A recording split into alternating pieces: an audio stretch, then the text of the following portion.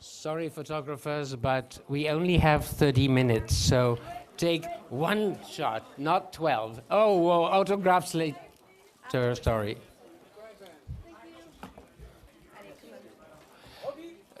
Les photographes, please, photographers, please, dégagez. Et pendant que vous dégagez, soyez assez gentils.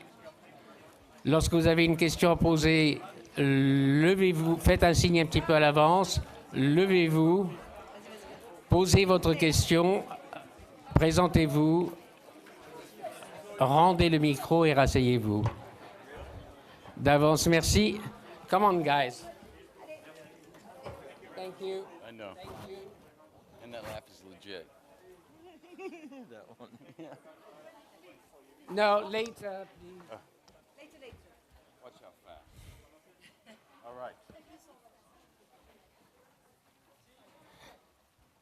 Bien, bonjour à tous, hello everyone, et bienvenue à la conférence de presse pour Once Upon a Time in Hollywood. Je vais très vite vous présenter les personnes qui sont ici à ce podium. Hello everyone, welcome to the press conference for Once Upon a Time in Hollywood. Interesting. And I introduce the people who are with us today. Center, the writer, the director, celebrating also, almost to this day, the 25th anniversary of his Palme d'Or for Pulp Fiction, Mr. Tarantino.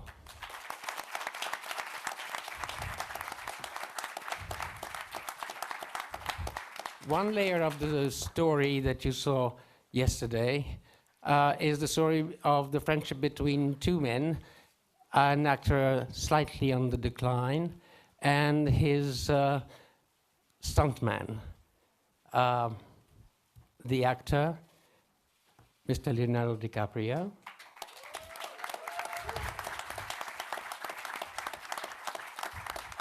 The stuntman, Mr. Brad Pitt.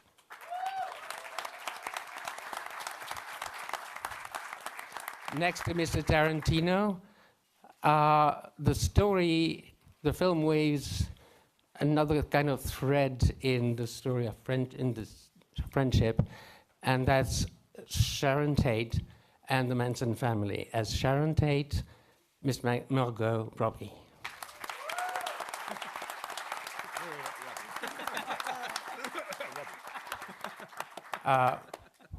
We could have an empty chair, actually, for one of the main characters of the film, and that's Hollywood. The work, the biz, the state of mind, the place itself. The omnipresence of the small screen, as they used to call it then, and the bombardment of commercials, songs, and news on radio. Congratulations, by the way, to your sound team. Sitting next to me, someone... Congratulations for your wonderful subtitles that you did for us. Thank you. Sitting next to me, a person who fairly early on was an observer of what was happening on a Quentin Tarantino set. Jackie Brown, I think, was your first outing? With Tarantino. And the making of Kill Bill 1 and 2.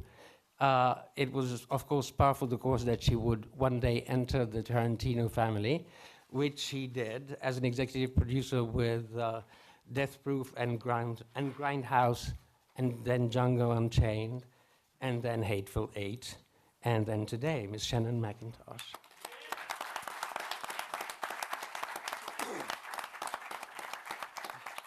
Last but certainly not least, the man, the gentleman, is to the manor born. His mother, Norma, produced, among others, Dangerous Liaisons with John Malkovich and Glenn Close, and Burning Secret. His father produced more than 100 films, including extensive work with Joseph Losey, Secret Ceremony, Doll's House, The Go-Between. He also taught his son the importance of finding the right property to make into a film, the son listened and did and came up with Harry Potter. And the rest, from Gravity to Paddington 1 and 2 to Fantastic Beasts, is history. Mr. David Heyman. And we'll get a question immediately. Good morning. Peter Hall from the Toronto Star newspaper in Canada. Congratulations on a great movie. Question for Quentin Tarantino. Quentin, this topic of the Manson family has sort of possessed the public mind for about half a century, and also yourself more recently, I suppose. But can you sort of explain what you think the reason is why we're still so fascinated in this story? That's a pretty good question. I think we're fascinated by it because at the end of the day, it almost seems unfathomable. I've done a lot of research on it, and I think a lot of people have not done professional research, but over the last few years, either they read one book or two books or listened to the podcast that develop about it or TV specials every 3 years or so. And how he was able to get these girls and even these young boys to just submit to him, it just seems unfathomable. And frankly, the more you learn about it and the more information you get and the more concrete it gets, it doesn't make it any clearer. It actually makes it even more obscure the more you know. And I think the unknowingness of it, the impossibility of being able to truly understand it, I think is what causes its fascination. Jazz. Good morning, Chaz Ebert from the Chicago Sun-Times. Hey, Chaz. Hi, Quentin, and RogerEbert.com. I am really happy to see you up there. I remember 25 years ago, I think, Yeah? buying you a plate of spaghetti on the beach. And I remember that well. And now you are like the hottest ticket here. My question, they told us to keep it to one question. I want to first thank Leonardo and Brad for the environmental and humanitarian causes you support. That's very important. Thank you. My question is a philosophical one. The characters did sort of a taking stock. There was a very sweetness about them taking stock of where they were in life, in their career, and in their lives. And this question is for you and Leonardo and Brad. As you take stock of your life and career, what insights can you share with us? Kind of a heavy lifting question, Chaz. In 25 words or less, Quentin. Yeah, exactly. Well, I can honestly say that my taking stock is different than it would have been 3 years ago or 4 years ago or even 10 years ago, almost any of the time since I've known you, Chaz, because I just got married 6 months ago. In fact, you're sitting in front of, my wife is sitting in front of you. And I've never done that before, and now I know why. I was waiting for the perfect girl.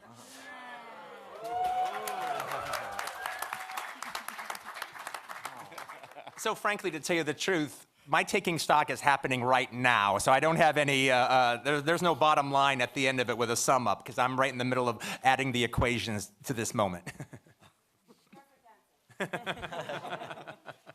Well, is that right, dear? Question over there. Oh, okay. I'm sorry, guys. oh, okay. Well, I'll make it quick. Just certainly in relationship to this character, taking stock of my own life, I immediately identified with this character in a lot of ways because I grew up in the industry, and this guy is sort of on the outskirts of times that are changing, and he's sort of left behind. And it, for me, ultimately, it's just an immense appreciation that I have for the position that I'm in, and the fact that this guy is suddenly sort of struggling with his own pathos, his own ability to gain confidence and persevere and get that next job. I don't know. I immediately connected with him. I have a lot of friends in the industry, and I know how lucky I am to be in this opportunity. So I just feel immense gratitude. And I would say that, I see Rick and Cliff the two characters that Quentin's created kind of as one individual. And it really comes down to acceptance of your place, your life, your surroundings, your challenges, your troubles. And we find in the Rick character, we see someone who's hilariously so, feeling like put upon by life, and it's not good enough, life's against him, with some of the greatest breakdown scenes I've ever seen by my friend Leo here. And then in the Cliff character that Quentin created, you see a guy who's gone past that and is at a place of acceptance with his lot in life, quite at peace, will take whatever comes and knows he'll figure it out as we go. So for me, it comes down to acceptance. If I may ask a question to Margot about her character, which is based on a real life character, theirs is not, or not. How do you go about this? There are two ways to go about this. Is you watch every single footage of Sharon Tate, or you just go, I don't want to watch anything about her. I will base myself and my work on the character on the page. How did you go about it? Both, I suppose. I did a lot of research and watched and read everything I could, but at the same time, I think as an actor, our job is to understand or try and understand what purpose our character serves to the story. So more importantly, it was why is this character in the story? And to me, you know, Quentin said it to me early on, she's the heartbeat of the story. And for me, I just saw her as a ray of light, and I just wanted her to be light. And that was my job and my role to serve in this story. So I kind of applied to myself to the character in that respect, and in doing so, I felt like I could honor the memory of real life Sharon Tate, who so many people said was such a bright light in this world. Thank you. Question from Brazil, Rodrigo Fonseca, TV Globo, to Tarantino. First of all, thank you for existing. Yes. There are several references throughout your film to real artists, but two of them really made me moved in the film. Sergio Corbucci and Ron Nelly, that was Tarzan and Doc Savage. Could you please tell a few words about those two persons? Oh, well, Sergio Corbucci is one of my favorite directors, and Django Unchained in particular was based on the work of Sergio Corbucci, my version of it. And so so when I was going to have Rick go to Rome to make a Western, to actually have him start his first Western, Nebraska Jim, with Sergio Corbucci, well, that means Rick's doing good. There's a lot of junky movies he could have made there, but if he's working with Sergio Corbucci, he's actually working with one of the great masters of all time. Now, he doesn't appreciate that. Rick just thinks it's Italian junk. But, you know, me 40 years later would be really honored. If I were to bump into Rick Dalton now, I would be like, so you worked with Sergio Corbucci? Yeah, well, that Italian piece of junk? Yeah. But there was actually something funny because the clip that we show in the movie Operazione Dynamite, all right, that's actually from a Sergio Corbucci movie called Moving Target. But I didn't have that one directed by Corbucci. I had it directed by Margheriti for the simple fact that Rick was a little bit of a jerk on Nebraska Jim, so Sergio Corbucci wouldn't have hired him twice. And then and mentioning Ron Ely from the Tarzan show, I just liked the idea that now Rick is doing guest shots on other people's TV shows that, you know, he's not doing Mannix. He's not doing, you know, more Perry Mason or these kind of shows. It's like all kind of it's kiddie science fiction or kiddie shows like Tarzan, Land of the Giants, Green Hornet, you know, which again, it goes right over his head. He doesn't get it, so it's just ridiculous as far as he's concerned. I imagine Rick sitting on his director's chair while Ron Ely, dressed in his loincloth, sitting next to Rick talking to him about, so were you almost in The Great Escape?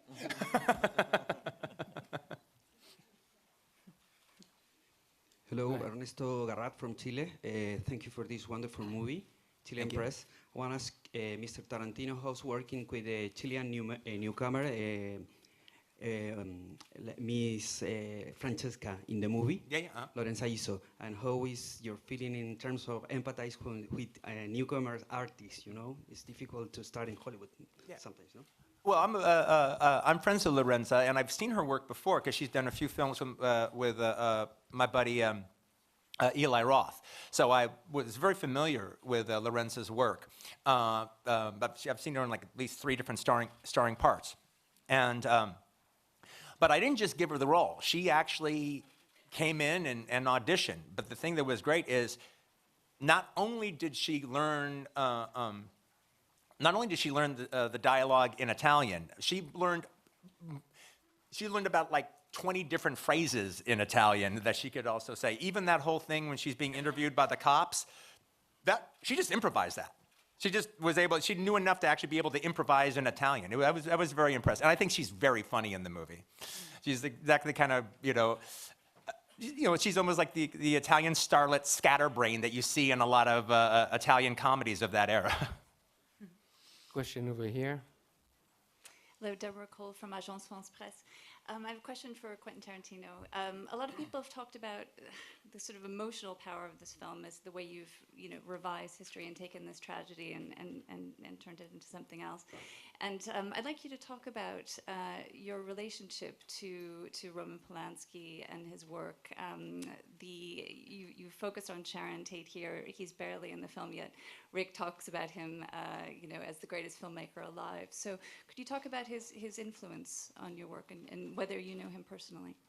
I've met him a couple of times. I mean, he doesn't really talk about him as the greatest filmmaker alive. He talks about him as the hottest filmmaker alive, which at that time, it's almost unfathomable now to think about how much money Rosemary's Baby made in its day.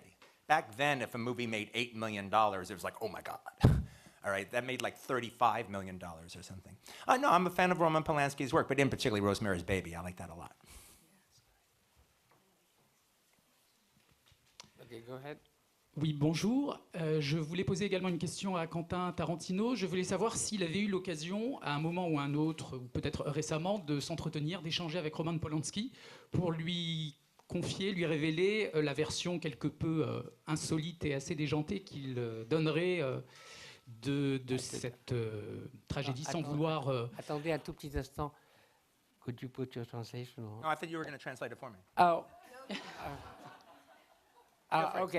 Alors reprenez votre question, mais courte comme ça. D'accord. Je voulais demander à Quentin Tarantino s'il avait eu l'occasion d'échanger à un moment ou un autre avec Roman Polanski pour lui révéler la version, ce qu'il allait en faire donc de la tragédie qui le touchait personnellement. Okay. Have you discussed and talked to Tarantino, to Roman Polanski about what element from that tragic element from his life you were going to use and how you were going to use it in the film? No, I didn't. La réponse est non.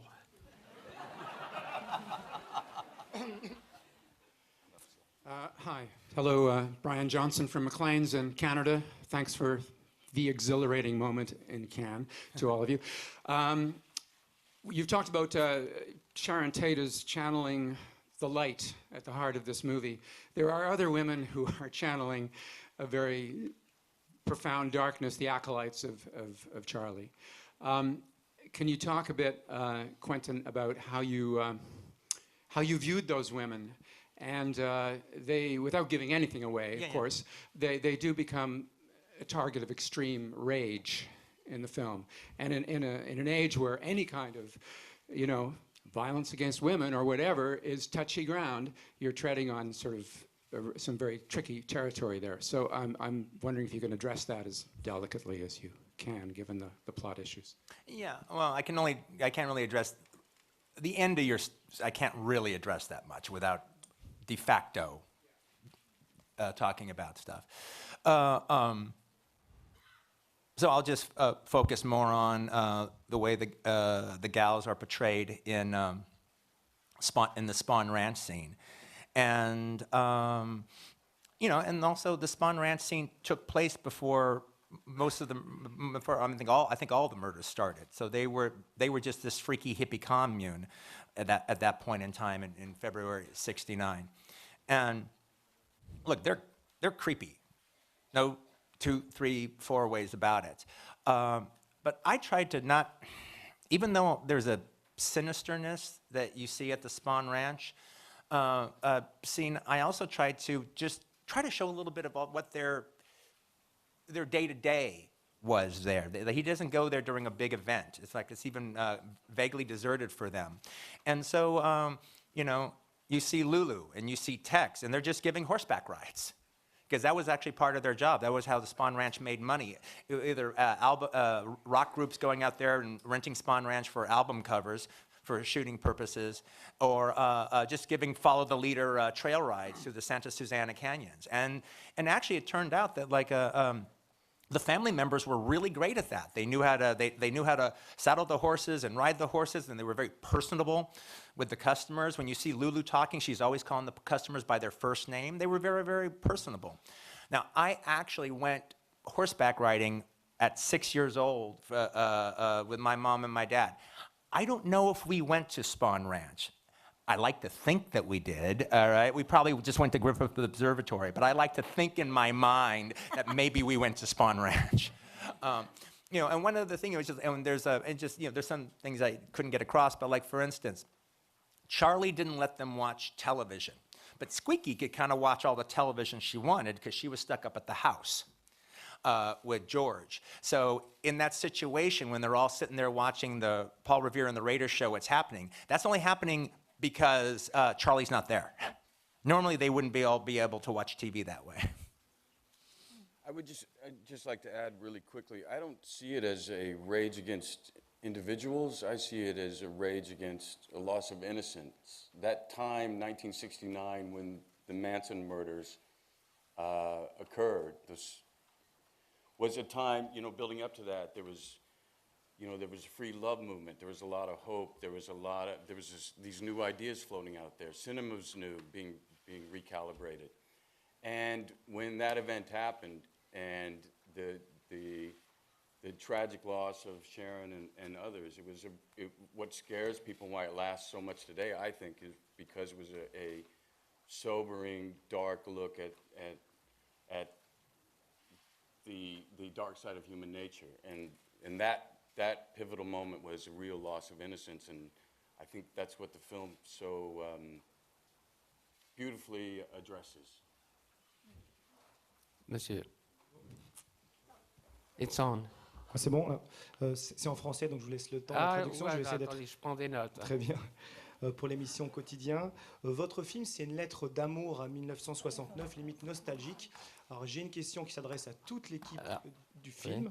Voilà. Your film is a love letter to the late 60s, 69 in particular. L'équipe s'adresse à toute l'équipe du film, aux acteurs aussi. The question is for you all. Est-ce que vous préférez l'époque dans laquelle vous jouez ou notre époque actuelle, parfois difficile ou violente? Do you prefer the late 60s as opposed to the time that we are living in now? To what? Do you prefer the time then in '69 or our time to be able to make films in today's climate? It's to us all. Go ahead. Yeah, David. I prefer, we're living today, living in the moment, and so one of the fundamental themes, acceptance. We live today, have to live today. It's trying to make this world as good a place as it can be. I can't go back to 1969. Okay. I hope I don't have to translate. Thank you. I prefer any time before cell phones.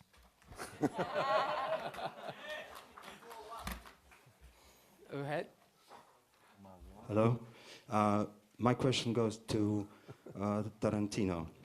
I would like to ask you, do you hesitate a little bit before you start the reconstruction of the story of real people, the tragic story? Is it a difficult choice for you or not? Thank you.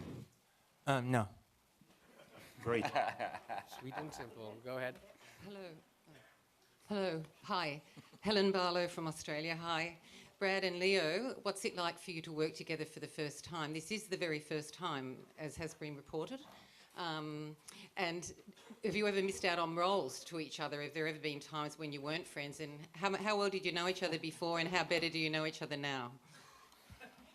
Wow, it's a multitude of questions, but I think it all relates to the same thing. I think, you know, there was an incredible ease and comfort getting to work alongside Brad. I mean, we kind of grew up in the same generation, got our start around the same time.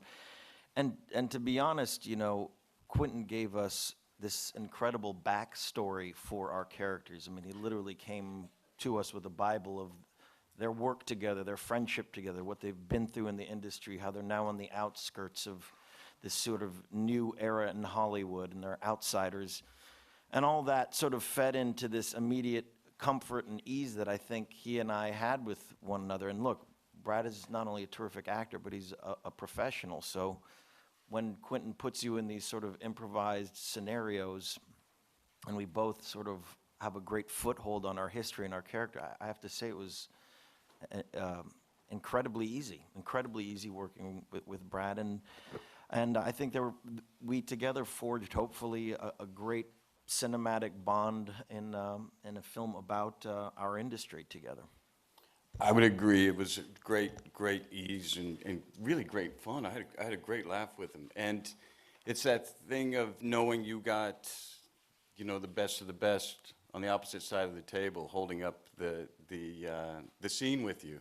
And there's a great relief in that. And as Leo said, we have the same reference points. We kind of came on at the same time. We've been going through this at the same time, have similar experiences to laugh about. And I hope we get to do it again. It was great fun. Were you ever tempted to, at the early stage of the production or pre-production, to switch parts, you and Leo? No, I don't think that way. Okay. Hi, Jason Gorber from ThatShelf.com. Congratulations on the film. Margot, thank you for I, Tonya. I'm wondering if we could talk about the Tarantino verse and what it's like living in Quentin's mind as the performance. If we could talk about what it's like to inhabit this world that Quentin constructs. And Quentin, in many ways, this is a reflection back on your own cinema. There are echoes, obviously, to the Vega. There's echoes to a shot out of Jackie Brown. In some ways, this is your own reflection back on your own career. I'm wondering if now that the film is done, if you could give us what you've learned from what you've done and what you see moving forward in terms of your own cinema. I think there is. It wasn't meant to be ridiculously self-conscious, but I think there is a bit of summing up of certain things that I wasn't necessarily trying to do, but they just started appearing. I just remember when one of the first people to read the script was my my first AD, Bill Clark, and he's been my first AD since Jackie Brown, and on Pulp Fiction he was a PA, and he's can't even imagine making a movie without him. And so he came down to the house to read it, because we weren't giving it out. You have to come to my house to read it. These guys will tell you that. And he came down to the house to read it, and so it's okay. So this is number 9, huh? Okay, and he goes out by the pool and he reads it, and he comes back. Damn, number 9 is like all 8 of them put together. And I hadn't really thought about it like that, but there was just little things. Okay, we'll take 2 more questions. There, where? Okay, go ahead. I'm Rui from Portugal, Diário de Notícias and Cinetendinha.pt. The question is for Quentin or Leonardo. I was wondering if Rick is really, for you guys, a great actor. Hell yeah, Rick Dalton's a great actor. No, but adding to your question, which I think I would like to say in combination, just to talk about Quentin's very unique process. There are few people in this world that have the collective knowledge about not only cinematic history, but music and television. It's almost like tapping into a computer database. And the wealth of knowledge is unfathomable, and it keeps coming and coming. So in a way, I really think this movie is his love story to his industry, and he's put at the helm of it 2 kind of characters that are outsiders, and the 60s have come along, and this industry has sort of passed them by. But I think we all of us at this table at one time felt like outsiders in the industry. And it's really a love letter to the industry and those people that he appreciates, I think. I mean, we studied people like everyone from Ralph Meeker to Eddie Burns to Ty Hardin, all these actors whose work that he really appreciates from an artistic perspective, who contributed in his mind to this, this catalog of cinematic and television achievements. And it's his love letter to the outsiders of the industry, and that was what was most touching about the story for me in a lot of ways. But to me, it's a sort of film for him about coming home.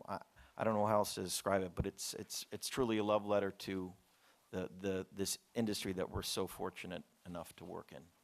There was a scene I ended up taking out where it's revealed in the scene with Marvin the agent that at one point when McQueen was offered The Great Escape, that he vacillated a little bit about whether or not to do it. And he vacillated enough that John Sturges had to make a list of possible replacements. And Rick's name was on the list. And there was Rick and the three Georges, Picard, Maharis, and Chikaris, and Rick. And they kind of talk about it for a moment, and Marvin says, no, he doesn't like the story because he didn't get it, and he thinks, enough of this damn story. All right, but Marvin goes, no, it's a good story. We can see you in it. And then we actually had a thing where you see Rick in The Great Escape. You see Rick in The Great Escape doing a scene with the Nazi colonel in this scene where the scene that kind of made McQueen a star, when he kind of stands up to the colonel. And we pulled it off to a fare-thee well. It was great. It looked good. In fact, I mean, too scary. I'm afraid that somebody's going to do Casablanca and put George Clooney in it, all right? But it looked great. And the thing that was really cool about it is you watch it and go, yeah, Rick would have been good. Rick would have been good in The Great Escape. I don't think he would have been as good as McQueen, but he would have been good. Question over there. Farah Nairi from the New York Times. I had a question, same question for Quentin and Margot. Quentin, you have put Margot Robbie, a very talented actress, actor, in your film. She was in with Leonardo in Wolf of Wall Street, I, Tonya. This is a person with a great deal of acting talent, and yet you haven't really given her many lines in the movie. And I wondered, I guess that was a deliberate choice on your part, and I just wanted to know why that was, that we don't hear her actually speaking very much. And Margot, I wanted you to also comment about being in the film in this part. Well, I just reject your hypotheses. Like I said earlier, I always look to the character and what the character is supposed to serve to the story. I think the moments that I got on screen gave an opportunity to honor Sharon and the lightness. I don't think it was intended to delve deeper than, like Brad also mentioned, I think the tragedy ultimately was the loss of innocence, and to really show those wonderful sides of her, I think could be adequately done without speaking. I did feel like I got a lot of time to explore the character, even without dialogue specifically, which is an interesting thing because I often do look to the interaction with other characters to inform me on the character. Rarely do I get an opportunity to spend so much time on my own as a character, going through a day-to-day existence. That was actually an interesting thing for me to do as an actor. I actually really appreciated the exercise and felt that I could deliver what I wanted to on screen. I'm afraid our time is up. Thank you all very much for being here today. Thank you.